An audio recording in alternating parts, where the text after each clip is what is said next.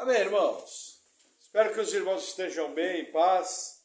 Vamos ao nosso texto base, Salmo 91, versículo 1, diz assim: Aquele que habita no esconderijo do Altíssimo, à sombra do Onipotente descansará. Direi do Senhor, Ele é o meu Deus, o meu refúgio, a minha fortaleza, e nele confiarei. Até aqui. Vamos orar. Senhor, nós oramos te agradecendo por essa palavra, pedimos em nome de Jesus, que o Senhor venha com a tua graça, que o Senhor venha com o teu poder, que nós possamos aprender de ti nessa noite. No nome de Jesus, amém.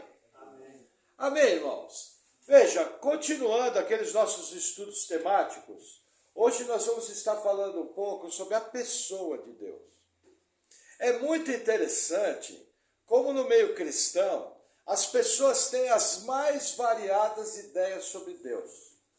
E, em geral, a ideia que o pessoal tem é a seguinte: um velho, barbudão, bonzinho, que está lá para quebrar todos os galhos que você precisa. Como se fosse um enorme supermercado. Veja, esse não é o Deus da Bíblia. O que eu pretendo conversar com vocês essa noite? Mostrar em alguns versículos algumas verdades sobre o Deus da Bíblia que tem ligação direta com o nosso estilo de vida. Por exemplo, aqui Salmo 91, olha o versículo 1 que diz: Aquele que habita no esconderijo do Altíssimo, à sombra do Onipotente descansará. Olha que interessante, veja, Deus é onipotente. O que é Deus onipotente? Em si mesmo, ele tem todo o poder para realizar tudo aquilo que ele bem entende.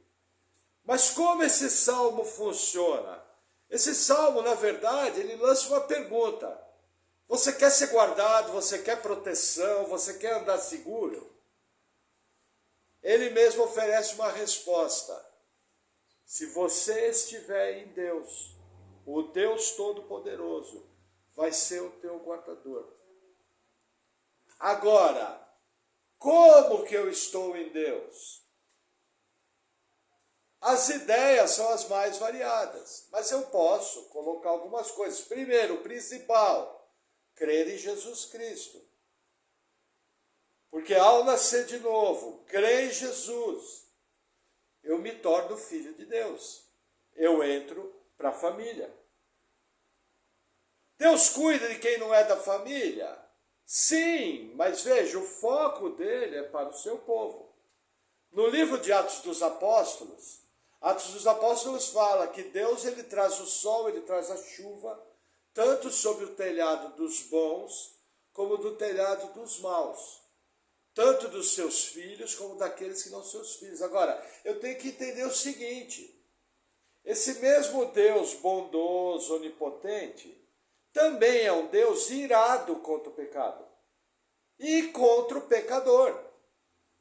Irado num nível que, para resolver esse problema, uma das pessoas da Trindade, Jesus Cristo, Deus Filho, teve que abrir mão da sua glória e por uma imaculada concepção ser plantado no útero de uma virgem e nascer como homem. E olha que interessante, o que ele veio resolver é tão forte, é tão forte, é tão forte que ele teve que morrer, uma morte de cruz. Essa morte resolve o problema da nossa justificação em relação a Deus. Mas olha o poder do pecado. Ela não resolve o problema da nossa morte física. Se não acontecer o arrebatamento, nós vamos conhecer a sepultura. Tamanho é o poder do pecado. Agora, glórias a Deus, glórias a Jesus, que mesmo que eu venha conhecer a sepultura, eu vou ressuscitar num corpo glorificado para estar eternamente com o Senhor. Agora, você conhece alguém que já ressuscitou num corpo glorificado? Você já viu alguém na rua assim? Nunca viu? No ônibus, nunca viu? Na escola, lá na Venezuela não tem ninguém glorificado. Atravessa a parede, assim que nem Jesus, que a sala está fechada, ele aparece no meio. Ninguém nunca viu? Como que você tem certeza que isso vai acontecer? Porque está na Bíblia, e eu creio que a Bíblia é a palavra de Deus, e ela diz que Deus é o Todo-Poderoso. Lembra nosso último estudo? Nós estudamos a Bíblia. Percebe como uma coisa está amarrada na outra, e nós estamos vindo numa sequência?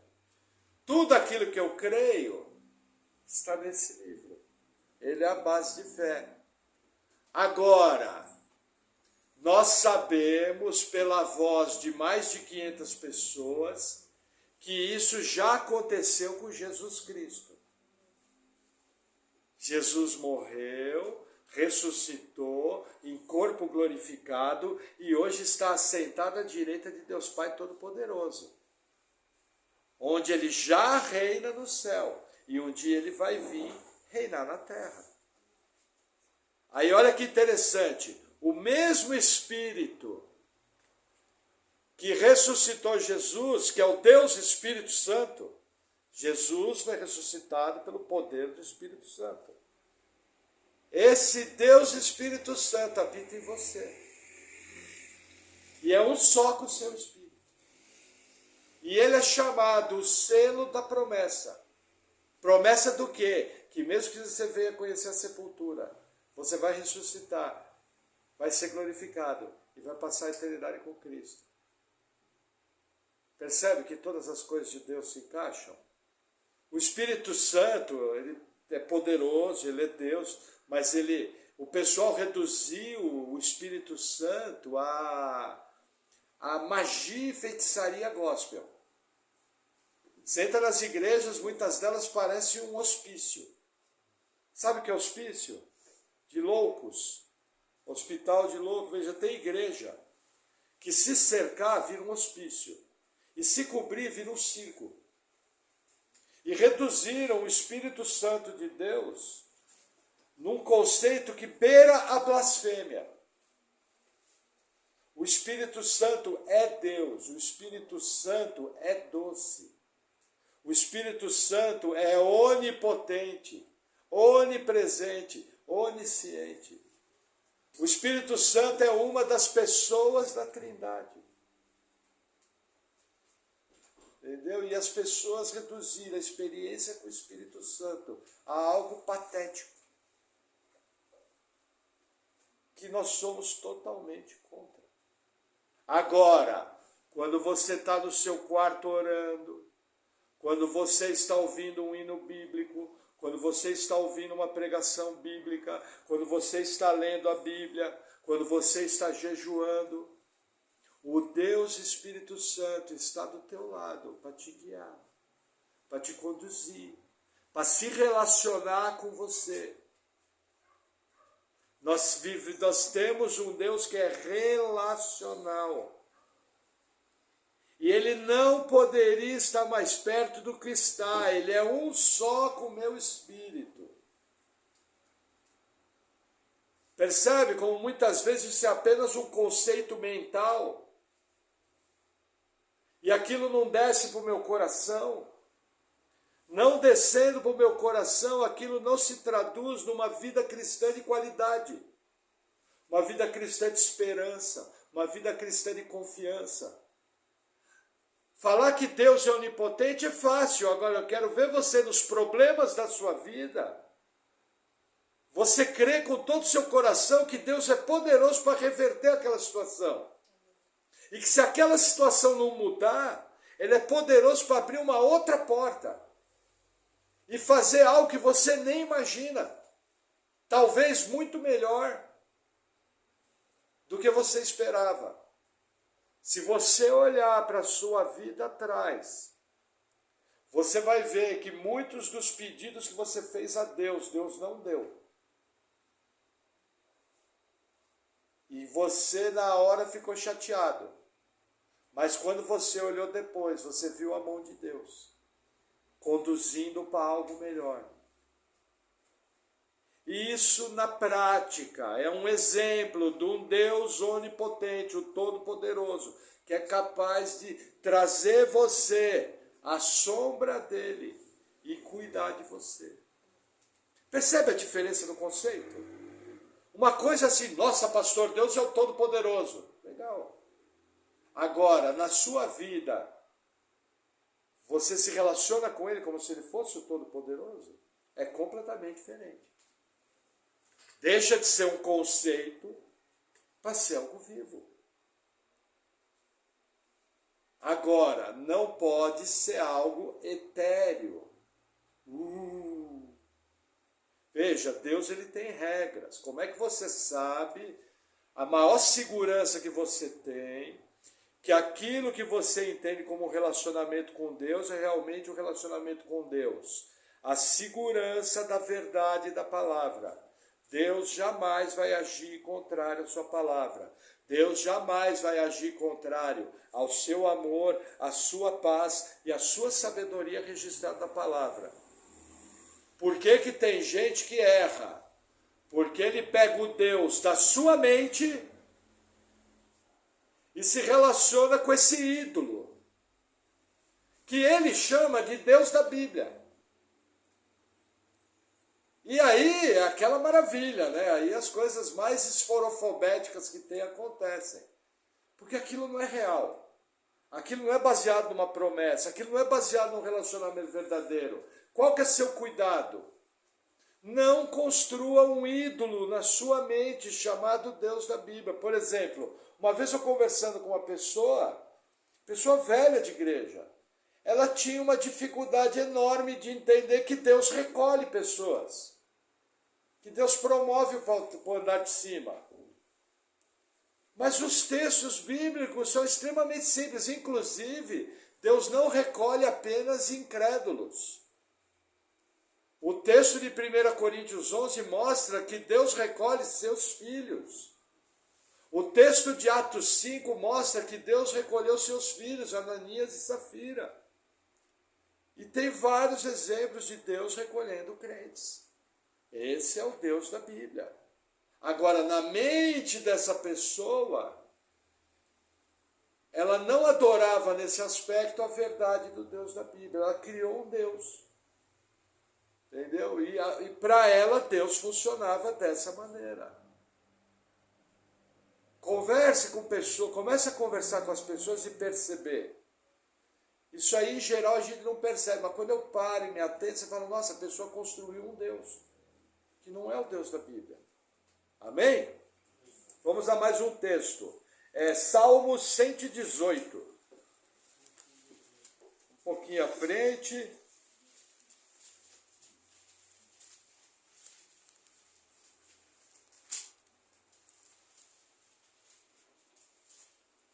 Versículo 1. Louvai ao Senhor, porque Ele é bom, porque a sua benignidade dura para sempre. Até aqui. Gente, isso daqui é o atributo talvez mais conhecido de Deus. O Deus bondoso. Todo mundo aqui concorda que Deus é bondoso? Alguém tem dúvida da bondade de Deus? A bondade dele não vai durar eternamente? Então explica para mim, por que às vezes ele dá uma chicotada no meio das suas costas? E a chicotada dói. Sabe o que é chicote? Azorrague. Chicote, é chicote que fala? Tem um outro nome, eu já te perguntei isso. Como? Látigo. Explica. Látigo. É outro nome, eu lembro que eu perguntei para ele. Entendeu? Veja, nós sabemos que Deus é bom, nós sabemos que Deus é bondoso, mas tem hora que a varinha, tuf. Diz, ai. Na hora que você, você lembra que Deus é bondoso? Percebe a diferença? Uma coisa é um conceito. Deus é bondoso. Ah, legal, então vai explicar isso lá para o irmão João, que acabou de levar uma varada no meio das costas. E quando você tira a camisa dele, está um vergão, e o negócio está ardendo. E o bicho está pegando. As contas estão vencendo no dia 5 e ele não tem R$1 para pagar. Aí eu quero ver Deus ser bom. Percebe a diferença? Como não pode ser uma mera teologia, Deus é bom, legal. E a hora que o ente querido seu está internado no hospital em estado grave,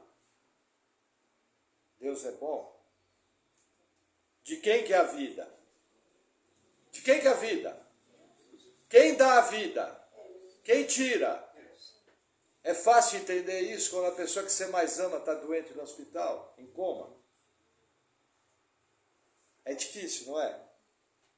Agora, se você ama Deus, se você confia em Deus, vai brotar do seu interior, pelo poder do Espírito Santo, algo mais ou menos assim: Senhor, está doendo, eu estou sofrendo, eu tenho expectativa que o Senhor vai tirar essa pessoa do coma, eu tenho expectativa que o Senhor vai curar, mas eu sei que isso pode não acontecer. De uma maneira que eu não compreendo, eu sei que o Senhor é bom. E é baseado nessa bondade que eu não estou desesperado agora, eu estou muito triste, eu estou me sentindo impotente, eu não queria que isso estivesse acontecendo. O Senhor sabe que as minhas emoções estão destruídas, mas eu confio que Tu és bom, e eu sei que mesmo que essa pessoa tiver que partir, eu vou estar com ela na eternidade. Porque essa pessoa é teu filho ou tua filha, e eu sou teu filho ou tua filha. E baseado na tua bondade, que eu ainda peço, Senhor, o Senhor pode mudar esse quadro. Se o Senhor assim desejar, mude.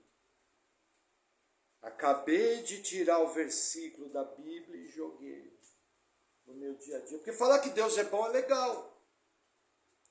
Agora imagina como o meu primeiro pastor, que 2 dias antes do parto da esposa dele, os primeiros filhos, o casal de gêmeos morreu, perfeito, na barriga da mãe. Como é que você explica que Deus é bom? Percebe? Aí demoliu todo o conceito. E somente uma fé verdadeira, um amor verdadeiro, porque nós precisamos deixar de ser infantil e precisamos entender que coisas ruins acontecem com pessoas boas e elas fazem parte do nosso dia a dia. A questão é como você reage, por exemplo, já contei aqui de missionários. O camarada veio para o Brasil, perdeu as 5 filhas no navio. Toda a descendência dele. E ele estava vindo fazer a obra, morreu tudo. Chegou no Brasil, passou 2 meses, morreu a esposa. Casou de novo, passou 2, 3 anos, morreu a outra esposa.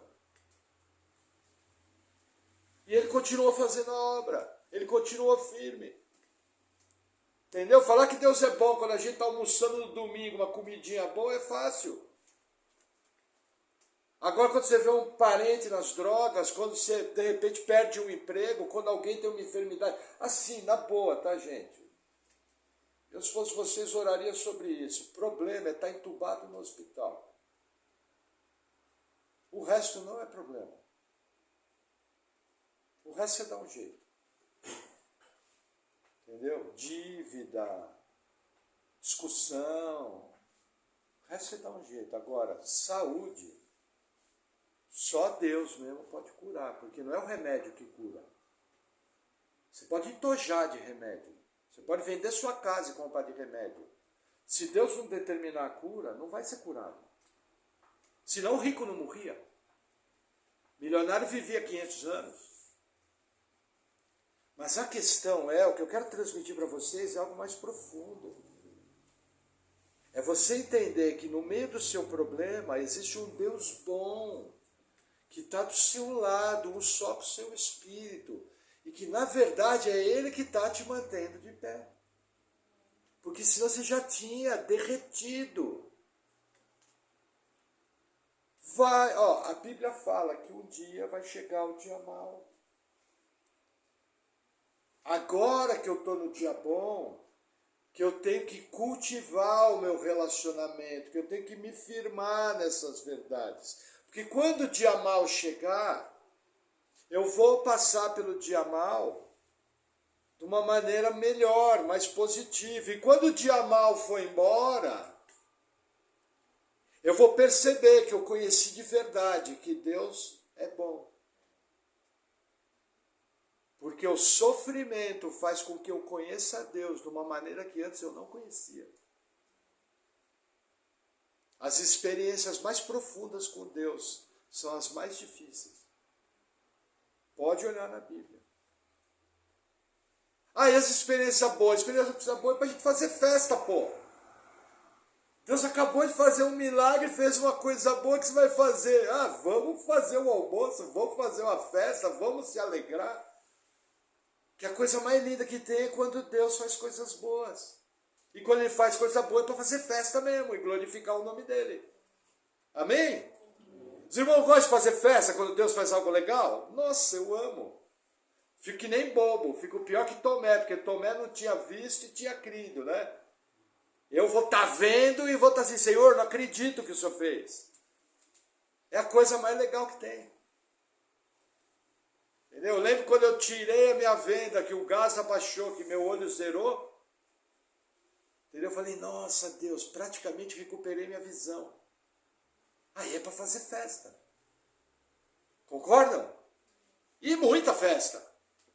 E contar para as pessoas, ó, Deus me curou, Deus fez isso, Deus fez aquilo.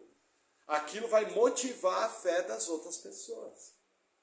Agora, pode acontecer como esse meu primeiro pastor. Chamaram ele para ir orar por um doente na UTI. E ele jejuou, se preparou, foi visitar esse doente na UTI. Fez aquele tipo de oração com encargo. Aquela oração que não era palavra jogada ao ar. Cada palavra fazia parte de um sentimento do coração. Concluiu a oração, saiu da UTI, o paciente morreu. E aí? Ele falou, nossa, Senhor, tanto encargo, mas aí ele compreendeu, foi a tua vontade. E quem me trouxe aqui para orar foi o Senhor, porque eu aprendi mais uma. Eu amadureci um pouco mais. E eu te conheci um pouco mais. Na verdade, o abençoado foi ele. Numa situação extremamente difícil. Amém? Vamos lá mais um pouquinho. Salmo 139. Foi nosso salmo de abertura.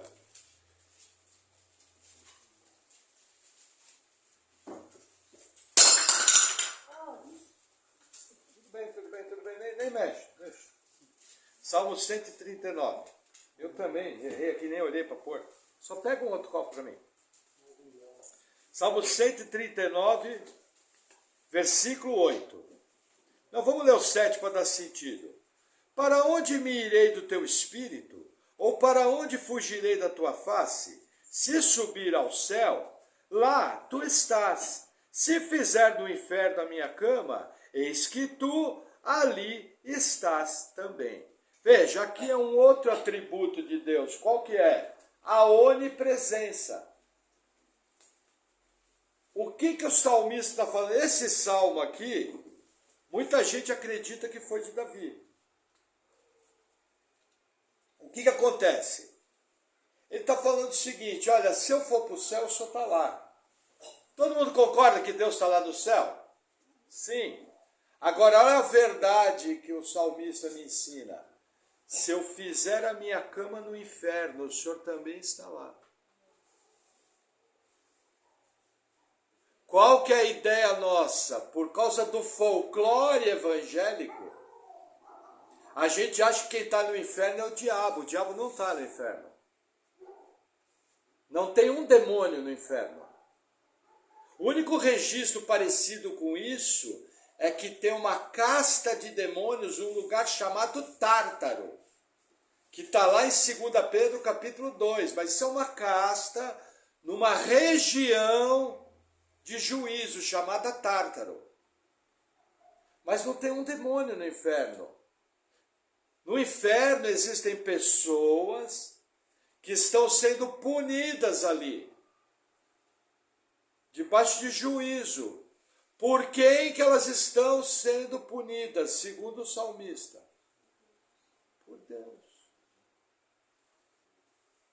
A gente nunca olha por esse ângulo. A gente olha o Deus que abriu o mar vermelho, a gente olha o Deus que ressuscitou Eutico, a gente olha o Deus que faz milagres e maravilhas, a gente olha o Deus criador. E realmente ele é onipresente em todos os lugares, até no inferno, executando o juízo. Quem vai executar os tormentos, quem executa os tormentos é o Deus Todo-Poderoso. Entendeu? Por isso que a Bíblia fala, terrível coisa é cair nas mãos do Deus Altíssimo. Por isso que existem trechos da Bíblia onde Deus vira para Moisés e fala, olha, sai da frente, para de interceder que eu vou riscar esse povo.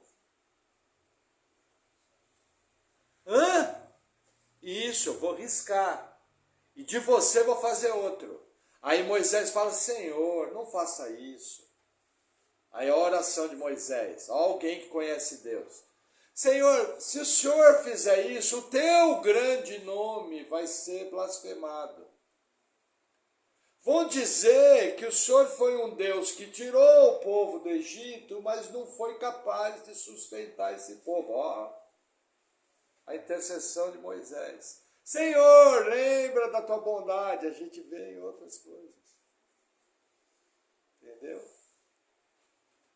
Então nós temos que saber que Deus está em todos os lugares. Para os dias de hoje, até naquela mensagenzinha de celular que você abre, que não deveria ter aberto. Que tem coisas que alguém que busca ser santo jamais deveria botar os olhos. Quando você abre uma mensagem indevida, o Deus Espírito Santo, que é um só com o seu Espírito, está vendo junto com você. Já pensou que maravilha, depois você cantando, Santo, Santo, é o Cordeiro do vivo Deus, menos no TikTok. Não estou querendo dar uma de santarrão, mas tem coisas que a gente sabe que a gente não pode pôr os olhos, porque elas ofendem o nosso Deus.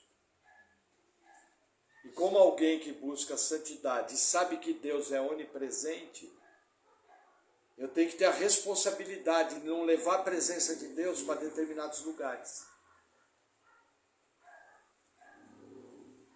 Determinados filmes que você assiste, se Jesus materializasse e sentasse do seu lado, você teria vergonha de assistir com ele ou não? Pastor, Jesus não materializa, não precisa, o Espírito Santo, o Deus Todo-Poderoso é um só com o seu Espírito, já está lá. E a mente deles é uma só, de Deus Pai, Deus Filho e Deus Espírito Santo. Eles são o único e verdadeiro Deus que subsiste em três pessoas, Pai, Filho e Espírito Santo. Percebe? Quando você está quebrando o pau com a sua esposa, quando você está quebrando o pau com o seu marido, Deus está vendo tudo. Cada palavra sua. Entendeu? Gente, eu penso às vezes cada coisa que em si não são pecado. Mas quando eu vou ver a essência daquele pensamento, é pecaminoso. Vou dar um exemplo. Por exemplo, às vezes alguém não veio para o culto. Aí na minha mente pecaminosa, fulano foi preguiçoso. Nossa, que maravilha, a quarta pessoa da Trindade, irmão Maurício, ele agora sabe tudo. E às vezes até a pessoa foi preguiçosa. Mas às vezes não. Só que eu, de maneira indevida, estou pressupondo algo. Como se eu fosse onisciente. Isso é pecaminoso. Entendeu? Agora eu posso pensar, puxa, essa pessoa não veio e poderia ter vindo, isso não é bom para ela. Aí é diferente. Entendeu? Aí é diferente. Mas eu tenho que parar para pensar que onde eu vou, Deus está comigo. No meu trabalho. Vocês já fizeram a experiência de estar fazendo uma tarefa e pedir para Deus capacitar? Vou dar uma dica para vocês, algo do tipo. Sabe colocar linha num buraco de agulha muito pequeno? Agora imagina você mexendo num carro, você tem que encaixar a peça, mas aquela peça, a chance de não encaixar é enorme. Aí você olha e fala, Deus, me capacita. Faz aquilo com todo o seu coração. De repente, num lampejo, você consegue encaixar a peça. Aí você olha e fala, nossa, foi Deus, porque eu não era capaz de fazer. Porque Ele é onipresente, Ele está comigo, mexendo na peça. Até quando eu dou uma martelada no dedo, aquela que vem com estrela junto, Deus está comigo. Percebe? Agora, eu preciso lembrar de uma coisa. Efésios 4,30 fala o seguinte, para você tomar cuidado com toda a palavra torpe, que não serve para edificação, para que não entristeçais o Espírito Santo. Tem crente que está com o seu relacionamento comprometido com Deus, porque ele entristece o Espírito Santo. E aí ele anda como alguém cego, como alguém surdo. Qual a principal maneira de entristecer o Espírito Santo? O pecado. Nós vamos estudar junto o pecado. Mas o pecado é a principal maneira de entristecer o Espírito Santo. Mas pastor, eu não mato, eu não roubo, eu não boto bomba em ônibus de criança. Sim. Mas com o tempo que você já anda com o Senhor, determinadas coisas você não poderia fazer mais. E você ainda insiste em fazer. Você não deu resposta. Isso entristece o Espírito Santo. E aí você vê a diferença de alguém que anda em intimidade e outro que não anda. A grande diferença normalmente está ligada na santidade, na consagração. Por exemplo, a questão de palavrão. Eu acho muito estranho um crente que fala palavrão numa boa. Não consigo entender. Eu, por exemplo, não consigo falar palavrão. O Espírito Santo me restringe. Para vocês terem uma ideia, eu não falo cocô, daquela outra palavra. Não falo, me restringe. Uma vez eu passei uma situação que fui até humilhado. Parei no lugar para beber água, eu conheci o dono do lugar. Ele falou, te vi ali. Aí eu cheguei para ele, eu falei, estava fazendo xixi. Para que eu falei que estava fazendo xixi? Ele falou, parece mulher, você estava fazendo xixi nada, você estava... Tirou o maior sarro da minha cara. Mas eu não falo nem aquela outra palavra. É porque eu sou bonzão? Gente, vocês me conhecem, eu sou um cara até meio desbocado. Sou normal, não fico forçando a situação. Sou do jeito que eu sou o tempo todo. Mas glórias a Deus que Deus colocou uma trava. Entendeu? E mesmo quando eu tento, já tentei falar uma vez ou outra, não me sinto bem, me incomoda. Me constrange. Talvez já tive a revelação no meu íntimo de que o Deus Espírito Santo habita comigo. Agora, com certeza, deve ter área que eu erro. Pode ter certeza.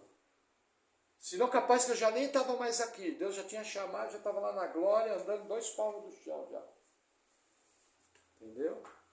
Então não é porque numa área avançou que a outra está pronta. Todos nós, em alguma área, temos coisas a trabalhar. Qual que é a questão? Quando Deus te mostra, dá a resposta. Deus mostrou, dá a resposta. Deus mostrou, dá a resposta. E vai caminhando, tranquilo. Errou? Ô Senhor, perdão, errei. Me perdoa, me ajuda. Aí Deus fala, filho, minha especialidade é ajudar você. Foi para isso que eu te salvei, porque eu vou acabar a boa obra. E aí deixa Deus ser Deus. Amém? Meu justo cairá 7 vezes, 7 vezes se levantará. Glória a Deus por isso. Vamos mais um pouquinho. Salmo 147.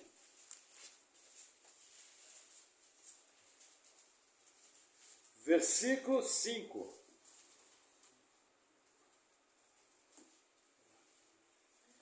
Grande é o nosso Senhor, e de grande poder, e o seu entendimento é infinito.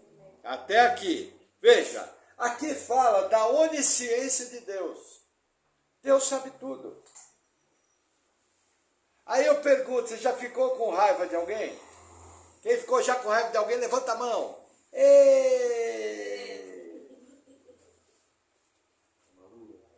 Mas lembra da sensação que chegou um momento quando você esfriou a cabeça e falou, puxa Deus, eu tenho que segurar um pouco a minha onda, eu não posso soltar dessa maneira. O senhor sabe que eu estou bravo com a pessoa, o que a pessoa fez foi errado, mas eu quero ter o sentimento certo. Eu já teve vezes que eu cheguei para Deus e falei assim, Deus, olha, eu sei que eu tenho que orar agora por essa situação, mas eu não vou orar porque eu vou estar mentindo para o Senhor, e mentir para o Senhor não adianta. Só que eu estou bravo, e bravo desse jeito, eu não vou orar do jeito que eu quero orar.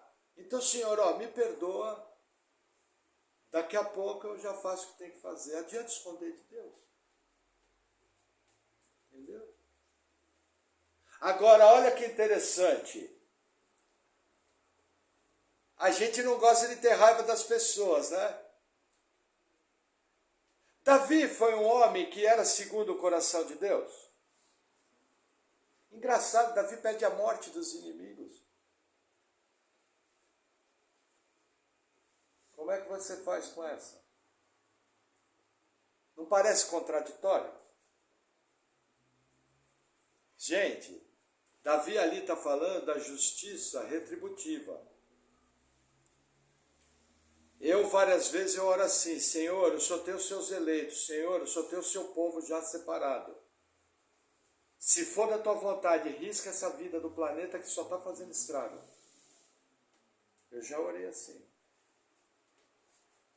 Baseado nas muitas misericórdias de Deus. Porque Deus sabe se aquela pessoa vai ser salva ou não. Deus já determinou aquilo. E tem gente que só está no planeta fazendo maldade. E aí vem aquela oração do salmista, Senhor, até quando? Até quando o Senhor vai fechar os olhos para essa maldade?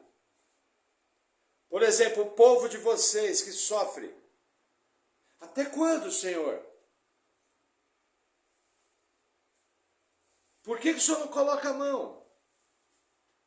Tanta gente que eu amo sofrendo. Por que o Senhor não dá um trelelê e remove aquele governo ali? Não é difícil para o Senhor, é só fazer assim. Riscou todo mundo. Concorda que se Deus fizer, risca todo mundo? Deus tem poder para isso? Você orar pedindo para Deus mudar o governo, para Deus arrancar os ímpios. Percebe que não é uma oração errada? Só que ela é uma oração baseada na onisciência, na onipotência e na onipresença de Deus. Como ela é feita, Senhor, o Senhor conhece todas as pessoas, o Senhor sabe do futuro que o Senhor determinou, o Senhor sabe o que o Senhor vai fazer, o Senhor sabe quem vai ser salvo. Mas, Senhor, sendo da tua vontade, por que o Senhor não risca? Arranca essa pessoa de lá, daquela empresa, aquele negócio. Se for a tua vontade. O que você está fazendo? Você está mostrando a sua indignação, mas está colocando na mão de Deus. Entendeu? E olha que interessante, essa oração geral, eu não sei, tem um monte de gente no mundo que eu não gosto do que eles fazem. Um monte. Muita gente. Muita gente que eu acho que só presta um mau serviço. Só que é engraçado, eu oro para Deus, Senhor, o Senhor não vai fazer nada? Só que olha que interessante, quando a oração é bíblica, eu não tenho raiva dessas pessoas. Quando eu oro, estou tranquilo aqui. Será que não é porque eu estou colocando na mão de Deus? E estou colocando a minha indignação? De maneira bíblica. Entendeu? Agora, pode acontecer de alguém que eu não goste, Deus colocar na minha frente e ainda falar o meu coração, ajuda. Mas vai ouvir pregação, fica meia hora do meu lado, vou pregar de Gênesis Apocalipse para ele. Outro dia estava parado lá no centro, fui levar a Paula no dentista, parei o carro, ele entrou, só podia entrar um. Estou no carro aqui, ouvindo lá a BBN, aquela rádio de crente bem legal. Aí o Zé Ruela me aparece falando um monte de besteira. Aí ele falou comigo, eu vi que ele tinha um parafuso a menos, eu não dei nem bola, fingi que não ouvi. Aí ele falou a segunda, eu pensei comigo, se ele falar a terceira eu vou começar a pregar. Mas ia amassar, e eu tinha uma Bíblia comigo. Que pena, não falou a terceira. Mas eu ia pregar para ele, eu falava, cara, você conhece Jesus Cristo? E ia mandar ver. Deus botou ali. Entendeu? E se eu prego e Deus quer salvar e salva ele? Mais uma estrelinha. Entendeu? Agora, cara chato. Estava me incomodando ali. Falando besteira. Entendeu? E assim, eu fiquei de olho nele. Eu falei, bom, a Paula vai sair de lá. Se ele encostar um dedo na Paula, ele vai conhecer o meu outro lado. Adianta mentir para Deus? Eu não ia socar o cara, mas ia dar uma meia dúzia de empurrão nele, caprichado. Entendeu? Caprichado. Adianta mentir. Mas graças a Deus o cara foi embora. Evaporou. Vai saber se não foi um livramento de Deus, tipo assim, ó, não quero que meu filho se meta nisso. Entendeu? Eu não sou a favor de violência. Mas em nenhum lugar da Bíblia, a Bíblia fala que eu tenho que dar minha cara para bater. Aquilo ali está falando de uma ofensa. O tapa na cara que Jesus fala da outra face é uma figura. Se alguém te ofender, esteja preparado para mais uma ofensa. É isso que o texto está falando, não é físico. Porque Deus colocou em nós espírito de proteção. E às vezes para essa proteção, talvez você vai ter que agir com uma força um pouquinho mais firme. Entendeu? Até para proteção. Ou Davi não teve que matar um monte de gente. Percebem? Então assim, eu tenho que ter o equilíbrio. Agora, qual é o ponto aqui? Estou pensando todo dia, tudo isso, e o Deus onisciente, antes até de eu pensar, ele já sabe. Quer ver que barato? Vamos voltar a Salmo 139. Olha que interessante como é o relacionamento com Deus. Espera lá.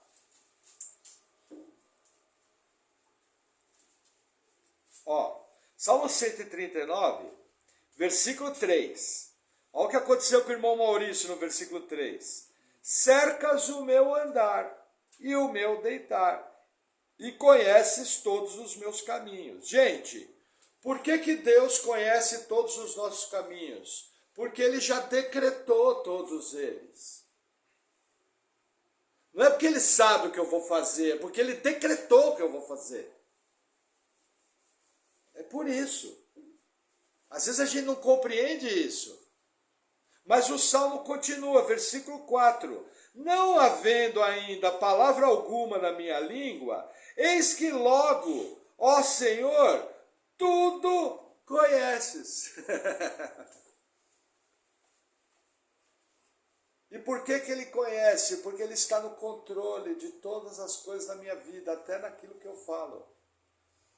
Embora, como eu costumo dizer, eu estou do lado de cá do vidro, parece que sou eu que estou controlando tudo, não parece? Gente, eu penso cada palavra. Cada conceito que eu estou passando para vocês, eu estou raciocinando eles. Eu estou falando eles porque eu quero falar. Eu estou comunicando eles porque a vontade do meu coração é edificar a sua vida. Porém, o que eu tenho que compreender é que eu só consigo fazer isso porque Deus assim determinou. E como Ele determinou, Ele me capacita. E Ele capacita de uma forma que tem coisa que eu falo que vai diretamente do seu coração. E que se Ele não capacitasse, eu não ia falar. E você olha para a cara e fala, como esse safado desse pastor sabia disso? Vai dizer que nunca aconteceu. Você ouviu uma pregação, o cara falou exatamente aquilo que era para você. Porque Deus é onisciente. E Ele controla tudo. Quando eu falo em soberania, eu tenho que entender que é controle. E eu tenho que entender que, como criatura, eu não consigo entender os altos caminhos e a grandiosidade da mente de Deus. Agora, é Deus que me guia. Todas essas coisas que eu pensei, Deus sabia. Aquilo que eu pretendia fazer, Deus sabia. Agora, além desse salmo aqui, o 3, ele falou, cercas o meu andar. O que Deus fez? Não, meu filho, não precisa se incomodar, eu sou teu pai. Tirou o cara de lá. Entendeu? Porque sabe o que ia acontecer? Eu ia dar uns empurrão no cara, mandar o cara andar, ia ser firme, ia falar, mano, dá linha. Você não sabe com quem tá mexendo. Aí ia falar bem bravo, né? Para o cara achar que eu era o matador. Sabe, aquela briga de rua, dois tá fingindo, eu vou te quebrar, mano. Ninguém dá um soco no outro. Entendeu? Mas olha como Deus é demais. Ele cerca o meu andar. Para mim não ficar preocupado com nada, ele já tirou o cara de lá. E a irmã Paula saiu numa rua vazia, tranquila. Cerca ou não cerca? Mas adianta esconder de Deus o que eu pensei? Será que Deus está querendo mostrar, filho? Eu sei que você é capaz de proteger sua esposa. Eu sei que você é capaz de proteger as pessoas que você ama. Mas, filho, deixa isso por uma hora que eu determinar. Porque eu cuido de você, eu cerco o seu andar. E cerca de uma maneira que a gente nem sabe. Tem coisas que acontecem que a gente nem imagina. Boa parte do que Deus faz no nosso dia a dia a gente não sabe. Às vezes você vai passar num cruzamento aqui, vai ter uma batida de carro. Ele faz com que lá na frente um cachorrinho ameace atravessar a rua. O motorista que ia bater no seu carro diminui a velocidade e aquilo dá 1 segundo de diferença. O carro passa, o cara passa atrás. Deus tem poder de fazer isso, irmãos?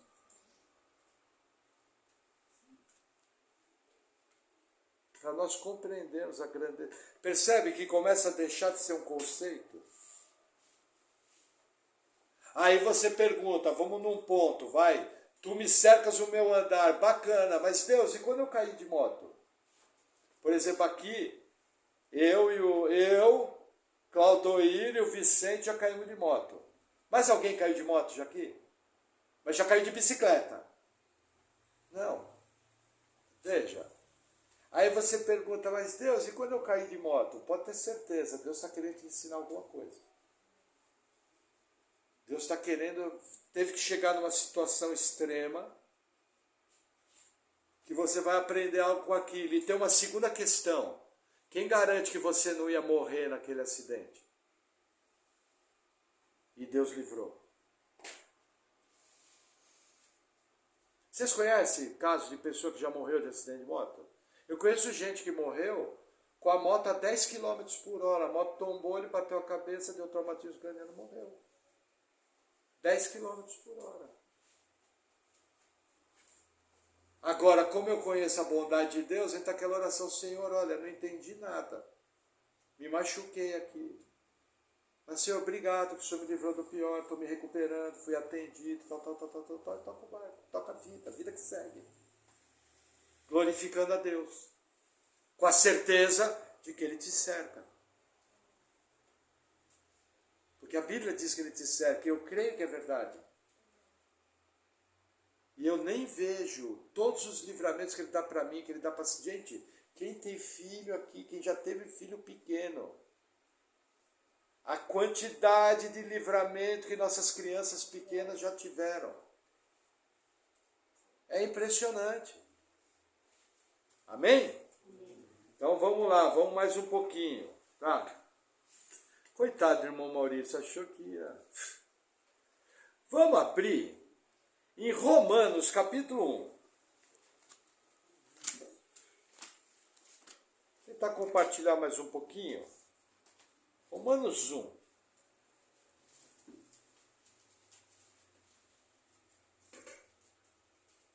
versículo 20.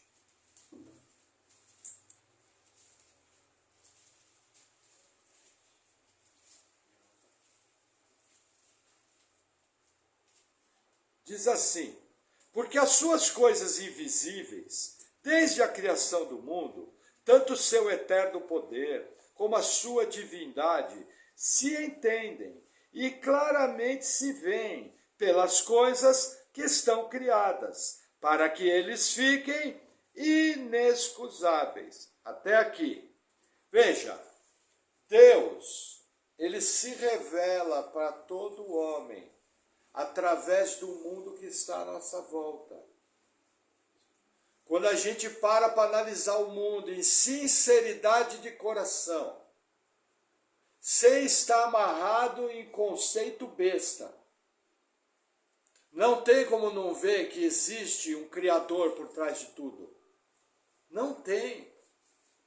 Mas é em todos os aspectos da criação. Existem assinaturas da mão de Deus.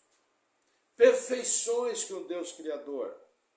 Entendeu? Para que isso aqui serve? Muitas vezes, só de você estar num lugar bonito, em contato com a natureza, sua alma e seu espírito se alegram. Você já fica feliz. E aquilo mexe com o seu coração. E você fala, nossa Deus, que belo.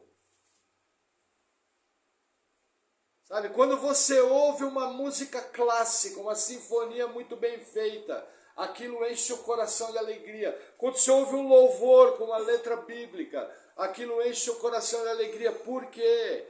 Porque tem a assinatura do nosso Deus, porque Deus tem atributos que ele comunicou ao homem. E um dos atributos que ele comunicou ao homem é o amor à beleza. É o amor àquilo que é estético, é o amor àquilo que é bonito, é o amor àquilo que é limpo. Os irmãos já perceberam os bolsões de miséria que tem nos lugares de idolatria? Quando você vai nos países entregues à idolatria, gente, alguns, sabe, não tem nem palavras para descrever a desorganização, a sujeira, a imundícia. Porque aquilo reflete o que está por trás daquela adoração. Somos perfeitos? Não. Tem um monte de coisa na sua vida para melhorar. Pode ver, você tem no seu coração um amor pelo belo, um amor pelas coisas organizadas, um amor pelas coisas bem feitas. Isso é um dos atributos comunicáveis de Deus. Agora, criar tudo isso, só Ele pode fazer. Você consegue fazer um carro, uma máquina, uma casa, mas você não consegue criar o universo. Por exemplo, a Bíblia fala que todas as estrelas Deus conhece pelo nome. Olha o tamanho do universo. É uma grandeza incomparável. Agora, quer ver que interessante? Vamos Romanos 2. Versículo 14. Diz assim: porque quando os gentios que não têm lei fazem naturalmente as coisas que são da lei, não tendo eles lei, para si mesmos são lei, os quais mostram a obra da lei escrita em seus corações, testificando juntamente a sua consciência e os seus pensamentos, quer acusando-os, quer defendendo-os. Veja, Deus colocou em nós a sua lei no nosso coração, a lei da consciência. Tanto é que quem morrer sem Cristo vai ser julgado por essa lei da consciência. Ele não vai poder dizer que não sabia. Não, mas eu nunca li a Bíblia. Por causa desse capítulo 2 de Romanos, Paulo explica, fala, olha, você é judeu, você conhece a letra da lei. Mas os gentios não têm a letra da lei, mas eles têm a lei da consciência. Então, tanto você judeu como você gentil, Deus não faz acepção de pessoas. Vocês vão ser julgados pela mesma lei. Entendeu? Quer ver? Acho que tem até aqui. Espera aí. Isso daqui devia estar marcado sobre a acepção de pessoas aqui. Depois da palavra sobre salvação eu vou mostrar. Mas a Bíblia fala, Deus não faz acepção de pessoas. Ele vai julgar tanto quem conhece a letra da lei, da mesma maneira de quem não conhece, porque ele tem a lei na consciência. Entendeu? O julgamento é igual. Ninguém vai poder dizer eu não sabia. E olha que interessante, quando você anda nas culturas, a grande maioria delas premia o bem e pune o mal. Tirando um caso ou outro de desvio, pode ver, todas as culturas elas apontam o nariz para o mesmo lugar. É para o lado da família, é para o lado da comunhão, é para o lado da paz, é para o lado do cuidado, é para o lado de evoluir. É uma marca das culturas. Aí depois o pecado começa a se manifestar, né? Desvirtuando. Mas essa marca vem da lei da consciência. Quem colocou lá? Deus. Quando alguém vai pecar, ele precisa desrespeitar essa lei da consciência. Amém? Agora vamos pegar mais uma passagem sobre poder. Essa passagem é muito interessante. 2 livros à frente, carta aos Efésios, 4 livros à frente, carta aos Efésios, capítulo 2. Você vai passar 1 Coríntios, você vai passar 2 Coríntios, você vai passar Gálatas e vai chegar em Efésios. Capítulo 2. Aqui eu vou dar um pitaco. Versículo 1.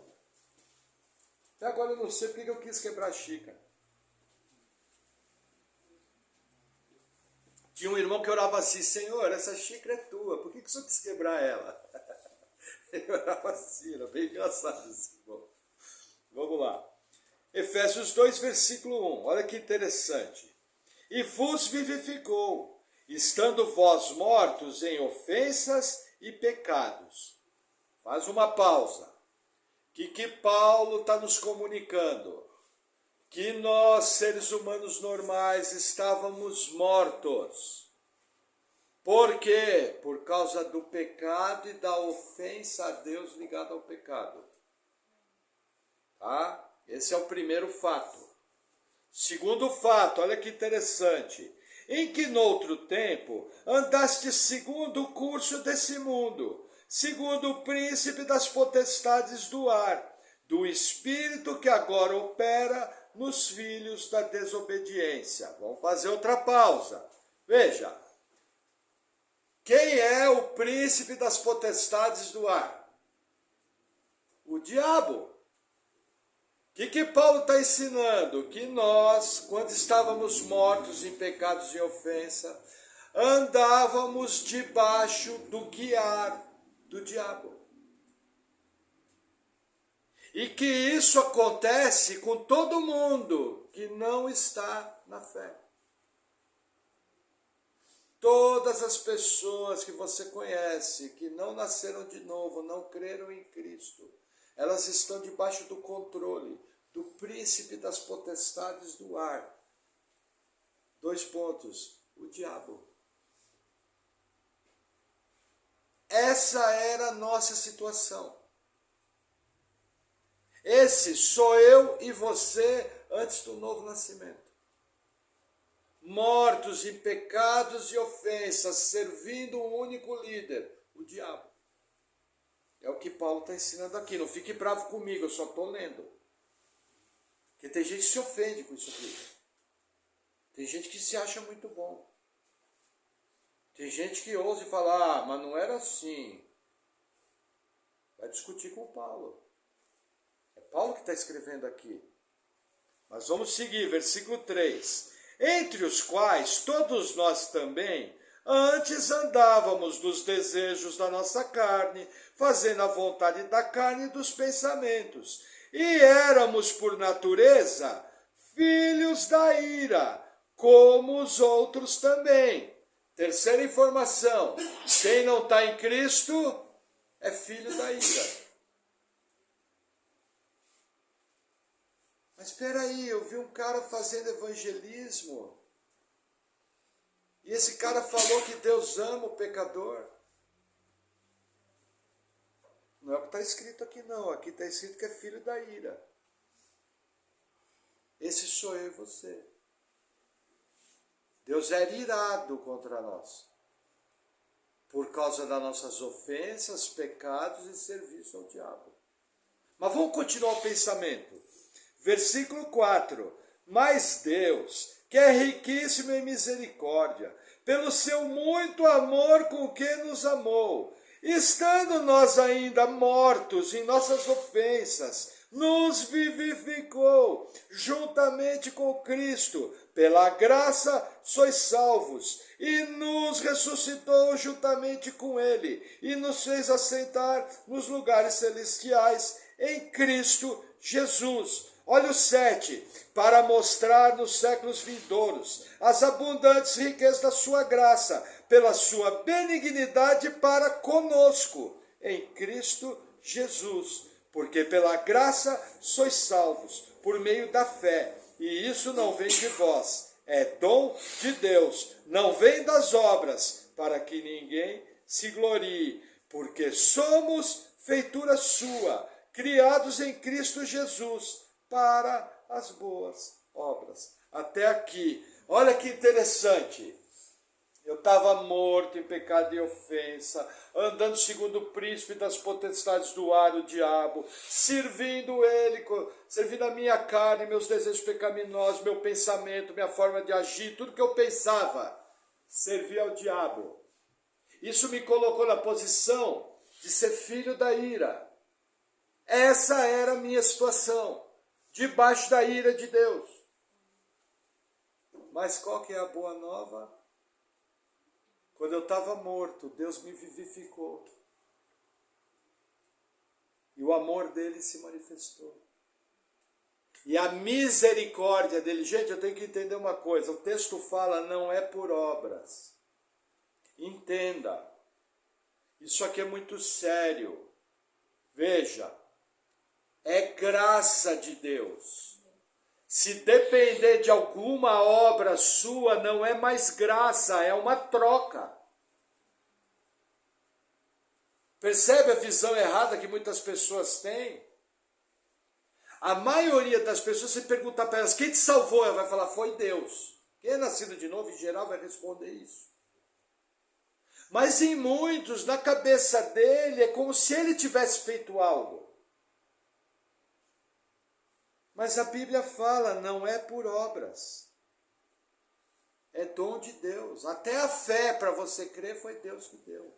A obra da cruz do Calvário foi Deus que deu. Essa obra que ele fez aqui é uma obra parecida com a criação do universo em Gênesis 1. Sabe aquele havia trevas sobre a face do abismo? Sou eu e você. E disse Deus, houve luz, a graça começou a operar. Porque as pessoas pensam assim, só dando um pitaco, para encerrar, passei demais da hora. As pessoas pensam assim, alguém está doente à beira da morte. É como se Deus fosse um médico. E ele viesse com a colher para dar o remédio. E aí assim que ele coloca o remédio na boca, ó, toma para ser curado. Alguns tomam o remédio, outros não. Muita gente pensa assim. Não, não quero tomar. Fecha a boca. É aquele que não aceitou a graça. Você já viu gente que não creu? Eu conheço um monte. Quanto mais prega, mais duro fica o coração. Aí eu penso na minha cabeça, mas o cara está doente, está indo para a morte, não quer tomar o remédio. Não é isso que a gente pensa? Só que não é isso que a Bíblia ensina. A Bíblia jamais fala de alguém doente à beira da morte. A Bíblia fala o seguinte, alguém se afogou no mar. E o corpo dele está morto a 100 metros de profundidade. Morto. Deus foi lá, pegou o corpo dele a 100 metros de profundidade e botou vida nele. E aí ele creu. Não tem essa de... Gente, não quero, é a humanidade inteira. A humanidade debaixo do pecado é inimiga de Deus. A Bíblia ensina, não há quem busque, não há quem entenda, não há quem faça o bem. Todos pecaram e destituídos estão da glória de Deus. Não tem essa de doente fechando a boca. Nós somos aquele morto que estava lá no fundo do mar, 100 metros, apodrecendo. Nem tubarão queria comer, porque cheirava mal. Aí Deus foi lá, pegou o corpo e enfiou vida. Você nasceu da água e do Espírito. Lembra Jesus falando? Para Nicodemos é necessário nascer da água e do Espírito, para crer. Aí a consequência de nascer de Deus, você creu em Jesus e está caminhando com ele até hoje, cheio de imperfeição. E está sendo trabalhado dia após dia. Isso é obra de um Deus onipotente, onisciente, onipresente. Aí você gostou do poder de Deus, hein? Porque a gente estava tudo no inferno. E esses 3 atributos aqui salvaram você. Não ficou bem mais legal que um conceito de letra preta no papel branco? Percebe de onde você foi tirado? Percebe qual é o coração que você tem que ter? Amém? Vamos orar? Senhor, nós te agradecemos por essa palavra, oramos em nome de Jesus pedindo que a tua graça capacitadora venha guiando o nosso caminhar, que nós possamos crescer em fé, crescer em maturidade, vivemos uma vida que te agrada e que o Senhor venha com o teu poder agindo sobre nós, nos transformando e mudando cada vez mais o nosso pensar e o nosso agir. Em nome de Jesus, amém.